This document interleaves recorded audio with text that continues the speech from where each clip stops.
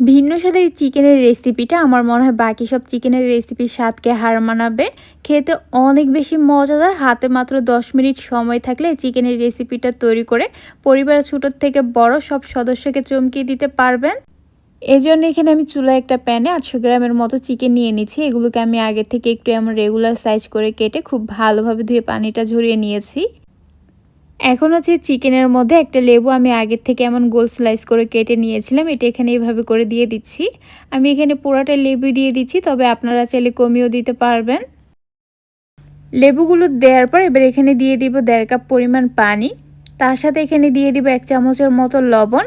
এখন হচ্ছে এই চিকেনগুলোকে ঢাকনা দিয়ে ঢেকে রেখে দিব পানিটা একটু ফুটে ওঠা পর্যন্ত। তো পানিটা ফুটে ওঠার পর চিকেনগুলোকে আবার কিন্তু খুব বেশি জাল করে একেবারে সিদ্ধ করে ফেলা যাবে না।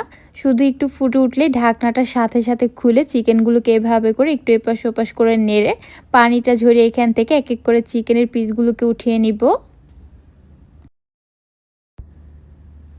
পানিটা ঝরিয়ে চিকেনগুলো উঠিয়ে নেওয়ার পর যখন এগুলো একটু ঠান্ডা হয়ে গেছে, এরপর যে এখানে দিয়ে দিচ্ছি ১ চামচ মরিচের গুঁড়া, হাফ চামচ কালো গোলমরিচের গুঁড়া, দিচ্ছি হাফ চামচ ধনিয়ার গুঁড়া, হাফ চামচ জিরার গুঁড়া, দিচ্ছি এখানে ১.৫ চামচ আদা রসুনের পেস্ট, আর দিচ্ছি ১ চামচ সয়া সস, দিচ্ছি ১ চামচ টমেটো সস।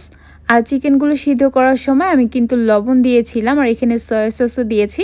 সয়া সসে কিন্তু লবণ থাকে, তাই আমি এখানে এক্সট্রা লবণ অ্যাড করিনি, তবে আপনাদের প্রয়োজন মনে হলে সামান্য লবণ এখানে অ্যাড করতে পারেন।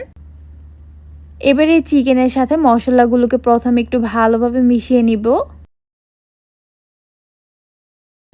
মশলাগুলো চিকেনের সাথে মিশিয়ে নেওয়ার পর এবার এখানে একটা ডিম দিয়ে দিচ্ছি, আর দিচ্ছি ২ চামচ কর্নফ্লাওয়ার। এবার এগুলোকে আবারও চিকেনের সাথে একটু ভালোভাবে মিশিয়ে নিব।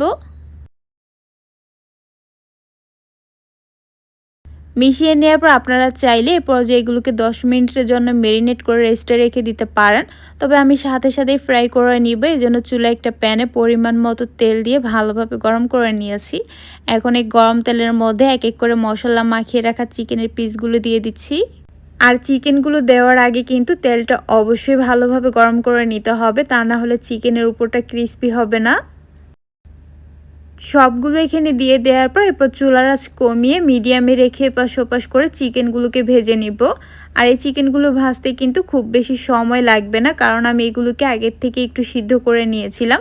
৯ থেকে ১০ মিনিটের মতো সময় নিয়ে ভেজে নিলে এর মধ্যে দেখবেন সুন্দর একটা কালার চলে এসেছে, আর ভিতরটাও খুব ভালোভাবে কুক হয়ে গেছে। এরপর যে চিকেনগুলোকে তেল ঝরিয়ে উঠিয়ে নিয়ে গরম গরম পরিবেশন করব। ভিন্ন স্বাদে এই চিকেন ফ্রাইটা খেতে অন্য সব চিকেনের চাইতে একটু বেশি মজাদার হয়েছে। উপরটা হয়েছে অনেক বেশি ক্রিস্পি, আর ভিতরটা অনেক বেশি জুসি। বাসায় কাউকে তৈরি করে খাওয়ালে বুঝতেই পারবেন না আপনি যেটা বাসায় তৈরি করেছেন। সবাই ভাববে রেস্টুরেন্ট থেকে কিনে এনেছেন। আশা করছি আমার এই সহজ রেসিপিটি আপনাদের ভালো লেগেছে। ভালো লাগলে আমার চ্যানেলটা সাবস্ক্রাইব করার অনুরোধ রইল, তার সাথে আমার ফেসবুক পেজটা ফলো করার।